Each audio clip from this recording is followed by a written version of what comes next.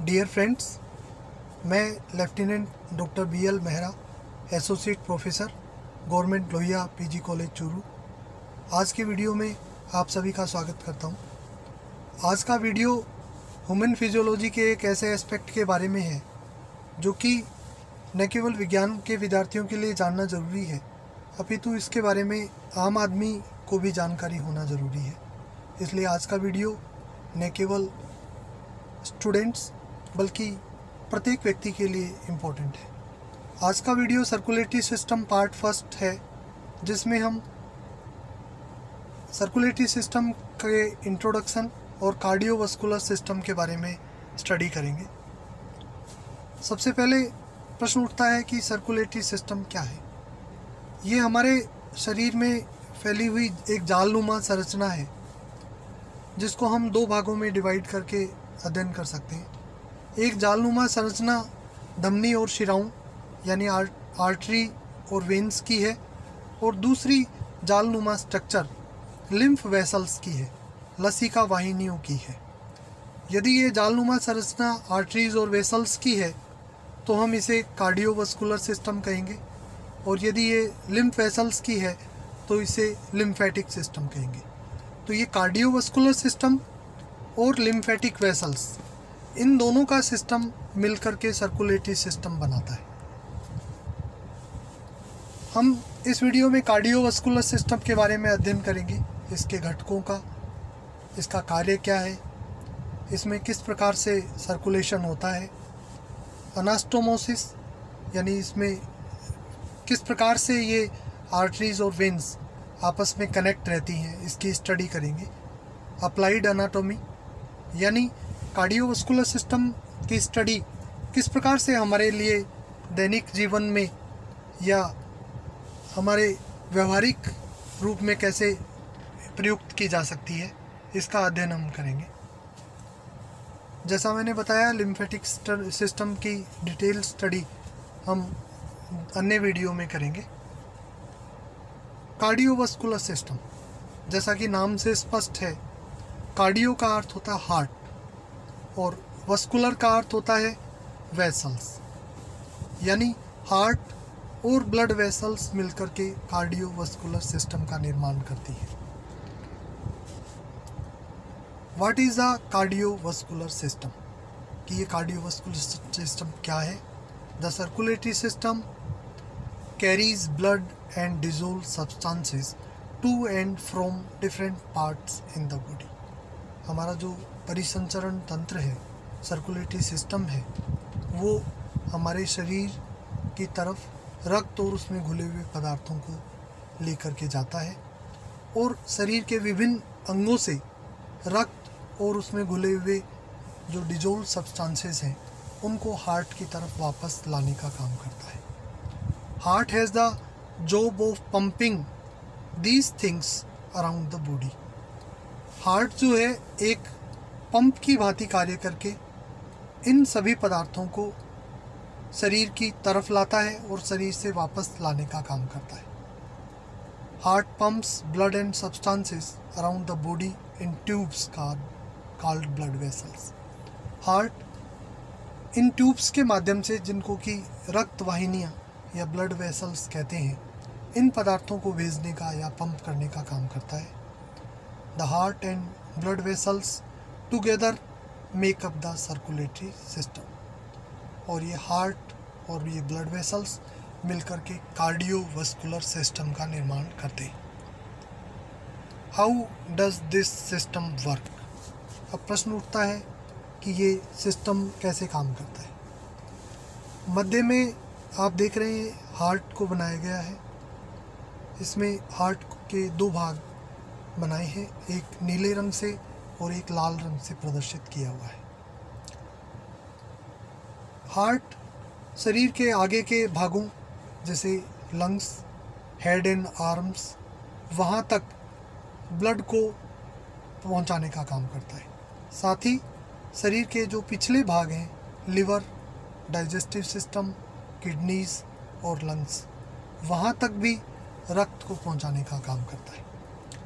लाल रंग से तात्पर्य ये है कि इसमें शुद्ध रक्त है, यानी हम कह सकते हैं कि हार्ट से शुद्ध रक्त को शरीर के आगे के भागों में और पीछे के भागों में पहुंचाए जाने का काम करता है। ये कार्य एक धमनी के माध्यम से होता है जिसको कि अओर्टा कहते हैं, और इसके साथ ही इन सभी भागों से रक्त को पुनः हार्ट तक लाने का काम भी किया जाता है।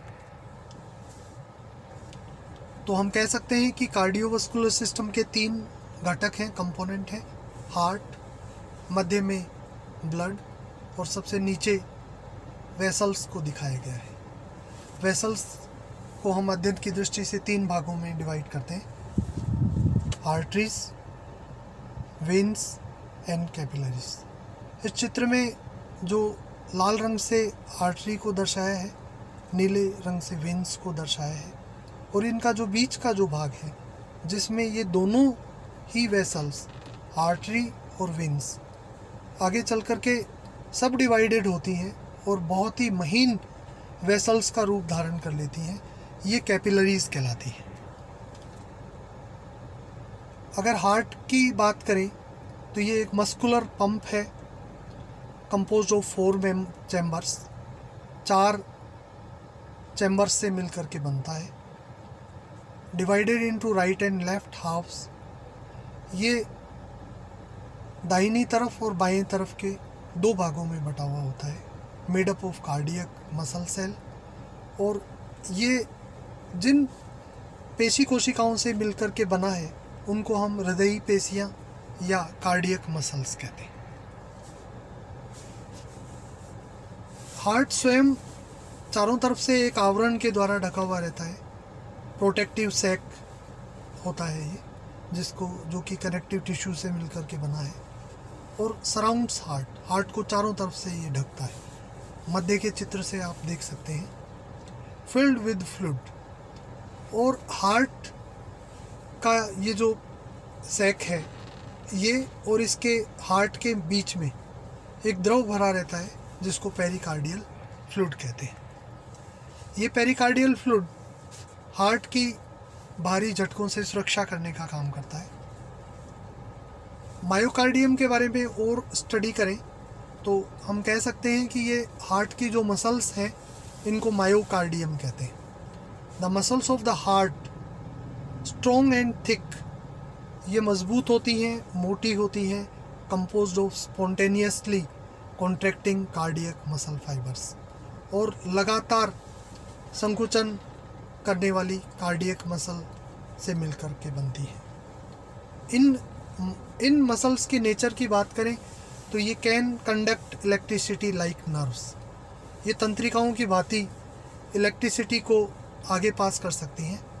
Its blood supply comes from the coronary artery, यानी स्वयं रक्त की जो पेशी हैं जिनको मायोकार्डियम कहते हैं, इनको खुद को रक्त सप्लाई करने का काम कोरोनरी आर्टरी करती है। यदि हम हृदय की संरचना की बात करें, स्ट्रक्चर ऑफ द हार्ट की बात करें, तो हार्ट मुख्यतया 2 चैम्बर्स से मिलकर के बनता है, एट्रियम एंड वेंट्रिकल्स। ऊपर के दोनों जो कक्ष हैं, अपर चैम्बर्स, ये थिन वॉल्ड होते हैं, पतली भित्ति वाले होते हैं। रिसीव ब्लड फ्रॉम वेन्स, ये वेन्स से रक्त को रिसीव करने का काम करते हैं। सेंड ब्लड टू वेंट्रिकल्स, यानी इनसे होकर के रक्त जो है नीचे के जो चैम्बर हैं यानी वेंट्रिकल्स, उनमें जाता है। वेंट्रिकल्स जो है वो भी 2 होते हैं, इनके भी ये दोनों लोअर चैम्बर होते हैं, लेकिन इनकी भित्ति मोटी होती है। रिसीव ब्लड फ्रॉम एट्रिया, ये एट्रिया से ब्लड को प्राप्त करते हैं। Pump blood out through atria, और ये एट्रिया से होकर के बॉडी में ब्लड को पंप करने का काम करते हैं। स्वयं हार्ट जो है इसमें एक भित्ति मिलती है, दोनों ओरिकल के मध्य पाई जाने वाली भित्ति, जिसको कि इंटर ओरिकुलर सेप्टम कहते हैं, और दोनों वेंट्रिकल के मध्य भी एक भित्ति पाई जाती है जिसको इंटरवेंट्रिकुलर सेप्टम कहते हैं। इसके साथ ही ओरिकल्स और वेंट्रिकल के मध्य भी एक भित्ति मिलती है जिसको कि ओरिक्यूलो वेंट्रिकुलर सेप्टम कहते हैं। यदि हम बात करें लेफ़्ट ओरिकल और लेफ़्ट वेंट्रिकल, इनके मध्य की जो भित्ति है जिसको कि ओरिक्यूलो वेंट्रिकुलर सेप्टम कहते हैं, इसमें एक छिद्र मिलता है और उस छिद्र में एक वाल्व पाया जाता है जिसे कि बाइकस्पिड वाल्व के नाम से जानते हैं। इसी तरह राइट ओरिकल और राइट वेंट्रिकल, इसमें भी एक छिद्र मिलता है जिसमें एक वाल्व पाया जाता है जिसे ट्राइकस्पिड वाल्व कहते हैं। इसे ट्राइकस्पिड वाल्व और बाइकस्पिड वाल्व इसलिए कहते हैं क्योंकि ट्राई मीन्स 3, इसमें 3 कस्प पाए जाते हैं। जैसा कि आप इस चित्र में दोनों तरफ देख सकते हैं, ट्राइकस्पिड वाल्व में 3 कस्प हैं और बाइकस्पिड वाल्व में 2 कस्प पाए जाते हैं जो इन छिद्रों को खोलने और बंद करने का काम करते हैं। यदि हम हार्ट के इंटरनल स्ट्रक्चर को देखें तो इंटरनल स्ट्रक्चर में भी जो दोनों तरफ जो वाल्व हैं, इनके नीचे विशेष प्रकार की रस्सियाँ मिलती हैं जिनको कोडा टेंडिनी कहते हैं या जिन्हें हार्ट स्ट्रिंग्स के नाम से जाना जाता है। यानी ये कोड लाइक टेंडोन्स होते हैं। ये कोड लाइक टेंडोन्स जिनको हार्ट स्ट्रिंग कहते हैं या कोडा टेंडिनीज कहते हैं, नीचे की तरफ पेपिलरी मसल्स से जुड़े हुए रहते हैं। और ये दोनों तरह के जो वाल्व हैं, ट्राइकस्पिड वाल्व और बाइकस्पिड वाल्व, इनको खोलने में मदद करते हैं। साथ ही इनको एट्रियम की तरफ नहीं खोलने देते। इनसे होकर के रक्त एट्रियम से वेंट्रिकल में तो आ सकता है लेकिन वेंट्रिकल से होकर के वापस एट्रियम में नहीं जाएगा। प्रिवेंट इन्वर्जन ऑफ वाल्व, यानी ये जो वाल्व हैं ट्राइकस्पिड वाल्व और बाइकस्पिड वाल्व, उनको उल्टा होने से रोकते हैं। पेपिलरी मसल्स जो हैं वो स्मॉल मसल्स हैं दैट एंकर द कोड्स, जो कि इस कोड को प्रोटेक्ट रखती हैं। ये पुनः एक दूसरे चित्र से हार्ट के स्ट्रक्चर को समझाया है जिसमें हम डोर्सल अओर्टा या पृष्ठ महाधमनी जो ऊपर की तरफ गहरे गुलाबी रंग से जिसको दर्शाया है, ये पृष्ठ महाधमनी होती है। इस चित्र में ब्लड के सर्कुलेशन को दिखाया है। इस चित्र में हम देख सकते हैं कि जो लाल रंग की जो संरचना है वो पृष्ठ महाधमनी है जो कि बाएं निलय यानी लेफ़्ट वेंट्रिकल से निकलती है। यही वो धमनी है जो कि शरीर के आगे वाले और पीछे वाले भागों में रक्त को सप्लाई करने का काम करती है। इस चित्र में ऑरेंज कलर से जिनको दर्शाया है वो पल्मोनरी वेन है। इस चित्र में ऊपर की तरफ एंटीरियर वेना केवा और नीचे की तरफ सुपीरियर वेना केवा को दर्शाया गया है। एंटीरियर वेना केवा शरीर के अग्रभागों से अशुद्ध रक्त को हार्ट में लाने का काम करती है।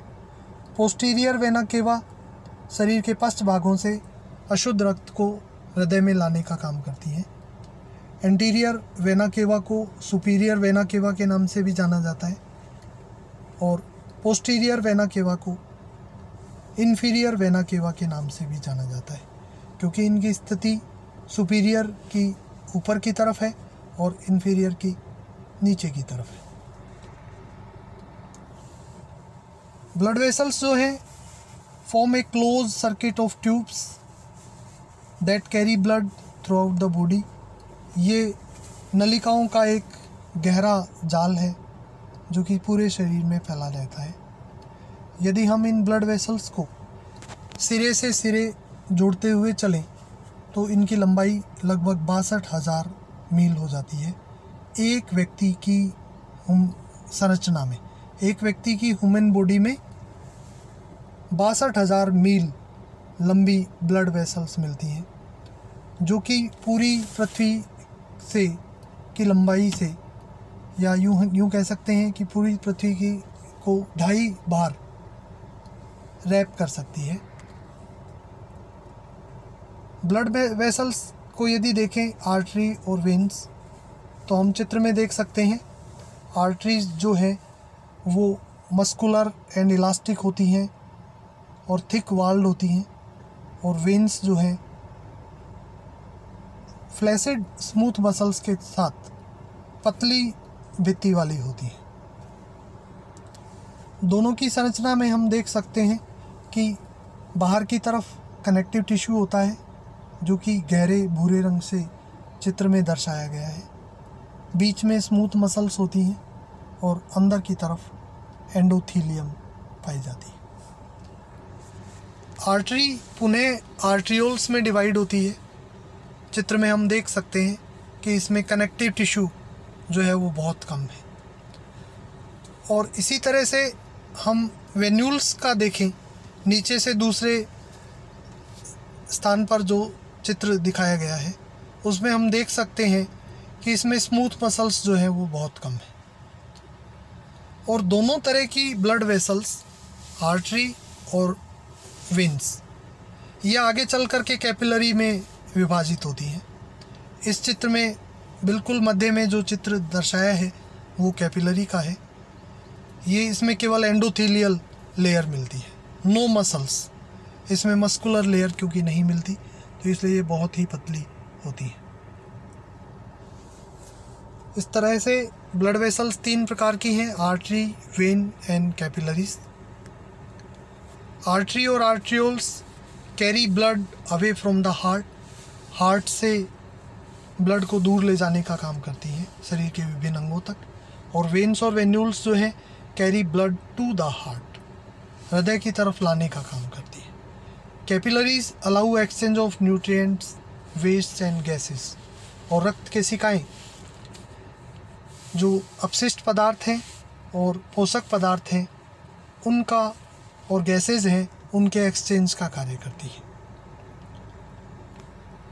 इस चित्र में पुनः आर्टरीज और वेन्स को दर्शाया है, जिसमें हम देख सकते हैं कि किस तरह से जो आर्टरी है वो लार्जेस्ट आर्टरी जो है अओर्टा होती है, जिसको पृष्ठ महाधमनी या डोर्सल अओर्टा भी कहते हैं। आर्ट्रियोल्स में ये क्षमता होती है कि ये कंस्ट्रिक्ट हो सकती है और त्वचा में ब्लड की सप्लाई को कम करने का और बढ़ाने का काम जो है इन आर्ट्रियोल्स का ही होता है। अगर हम बात करें कैपिलरीज़ की, तो ये स्मॉलेस्ट ऑफ ब्लड वेसल्स होती हैं और एक सेल मोटी होती हैं, केवल एपिथेलियल सेल्स के रूप में। Connect arteries to veins, arteries को वेन्स से कनेक्ट करने का काम करती हैं, कनेक्ट करने का काम करती हैं। Bring oxygen and nutrient to cell, cell तक ऑक्सीजन और पोषक पदार्थों को लाती हैं और यहाँ से अपशिष्ट पदार्थों यूरिया और CO2 को हटाने का काम भी इन्हीं का है।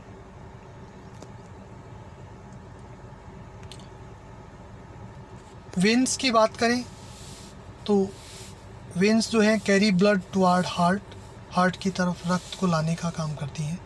Take blood to atrium, have valves, और इनमें वाल्व्स मिलती हैं। Can stretch a great deal, have larger diameter, इनका जो डायमीटर है वो बड़ा होता है और ये एक निश्चित क्षमता तक स्ट्रेच कर सकती हैं। Vena cava is the largest when, vena cava जो है वो सबसे बड़ी शिरा होती है। वेन्स में वाल्व पाए जाते हैं और ये वाल्व जो हैं वो स्मूथ मसल्स के साथ में मिल कर के, या जो स्केलेटल मसल्स हैं इनके साथ में मिल कर के काम करते हैं।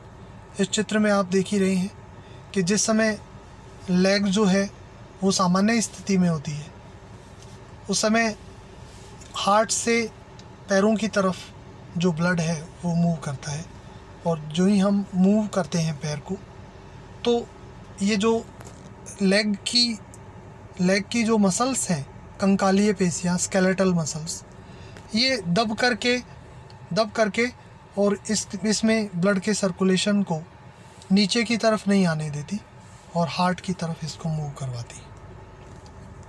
इस चित्र में भी आप इसी तरह से देख सकते हैं कि किस तरह से जो कंकालीय पेशियाँ हैं, स्केलेटल मसल्स हैं, वो वाल्व के साथ में मिल करके वेन्स के फंक्शन को कंट्रोल करती है।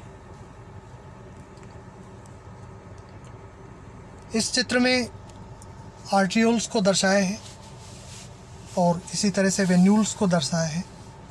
आर्ट्रियोल और वेन्यूल्स मध्य भाग में पुनः विभाजित होकर के कैपिलरीज़ का रूप धारण कर लेती हैं, और ये कैपिलरीज़ प्रत्येक टिश्यू में, या यूं कहें कि प्रत्येक कोशिका में मिलती हैं, और इनकी भित्ति पतली होने के कारण कैपिलरीज़ में, जो कि प्रत्येक सेल में उपस्थित हैं, कैपिलरीज़ में उपस्थित CO2 और अपशिष्ट पदार्थ जो हैं वो इन कैपिलरीज़ में आ जाते हैं, और कैपिलरीज़ में उपस्थित ऑक्सीजन और पोषक पदार्थ यानी न्यूट्रिएंट्स जो हैं वो कोशिका को मिल जाते हैं। इस तरीके से हार्ट और ये ब्लड वेसल्स यानी आर्टरीज़ और वेन्स और इनके शाखित भाग, जिनको के कैपिलरीज़ कहते हैं, ये मिल करके हमारे पूरे शरीर में ऑक्सीजन और न्यूट्रिएंट्स पदार्थ को पहुंचाने का काम करते हैं, और शरीर की विभिन्न कोशिकाओं में उपस्थित जो अपशिष्ट पदार्थ हैं, CO2 है और अपशिष्ट पदार्थ लाइक यूरिया, उनको शरीर से बाहर भेजने का काम करता है। इस प्रकार से ये कार्डियोवास्कुलर सिस्टम हमारे शरीर का बहुत ही इम्पोर्टेंट सिस्टम है, जो कि शरीर को अच्छे तरीके से चलाने में शरीर की मदद करता है। धन्यवाद।